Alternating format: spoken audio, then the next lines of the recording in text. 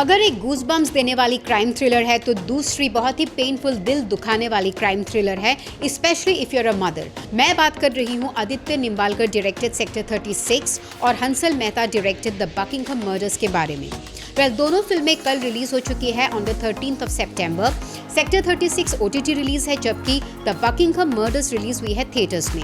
चलिए आज बात करते हैं कि इन दोनों फिल्मों में कौन सी सिमिलैरिटीज है और क्या क्या डिफरेंसेस हैं। दोनों ही फिल्में क्राइम्स के ऊपर बेस्ड है, स्पेशली मर्डर्स के ऊपर। It involves police criminals investigations और दोनों ही फिल्मों के लीड एक्टर्स ने बहुत ही अच्छा काम किया है when it comes to acting and portrayal of the characters. Vikrant Massey और दीपक दोबरियाल जी के बारे में तो हम सब जानते हैं कि वो लोग सब कुछ करते हैं जिनसे वो उस कैरेक्टर में ढल जाए। They give their ultimate best to bring out the character in the most realistic way possible. But when it comes to Kareena Kapoor, she has always been a mainstream commercial heroine जो किसी भी film में एक glamour factor लाती है। लेकिन अभी last कुछ फिल्मों में उनका एक अलग ही रूप दिखने को मिला, which I am liking very much, especially her realistic portrayal of characters in films like उड़ता पंजाब, जाने मन and now The Buckingham Murders.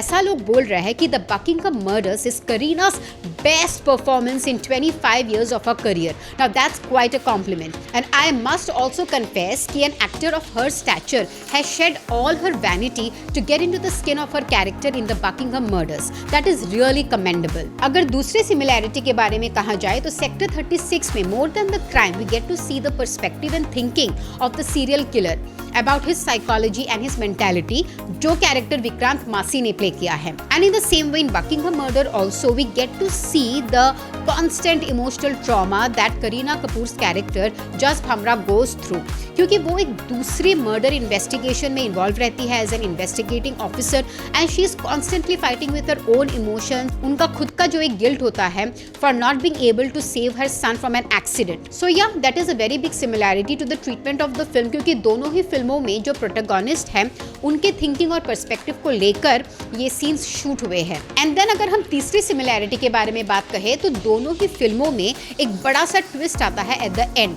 और वो जो ट्विस्ट में रिवील होता है दोज आर बिग रेवलेशंस जिनको देख के या सुन के आपको भी बहुत गुस्सा आने वाला है। They are those kind of revelations. While the Buckingham murders ने अपने फर्स्ट डे में 1.6 करोड़ का कलेक्शन किया है, which is I would say a rather average opening to a stunning film like this with stunning performances. वही sector 36 के first day box office collection के बारे में हमको उतना नहीं पता चला है अभी तक। तो फर्स्ट मेजर डिफरेंस ये है कि सेक्टर 36 के सीन्स देख के आपको उल्टी भी आ सकती है, because it is kept in such a raw and real and rough way. In fact film के कई सीक्वेंसेस रियल लोकेशन में भी शूट हुए हैं।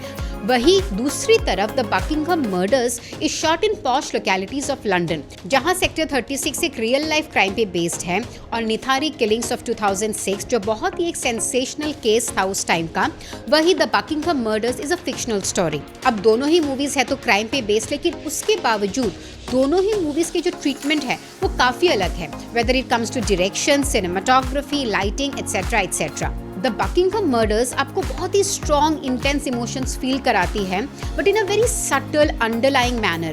That is the narrative of that film. Whereas Sector 36 आपको बहुत ही स्ट्रॉन्ग इमोशंस फील कराते हैं on your face, and emotions like anger, frustration, disgust. Now let's end the video with a fun fact. The Buckingham murders already premiere हो चुका था last year in London film festival, and अभी almost एक साल बाद ये film theatre पे आई है for a commercial release. Whereas sector 36 का प्रीमियर हुआ है कल ही on an OTT platform. It was never premiered on a film festival.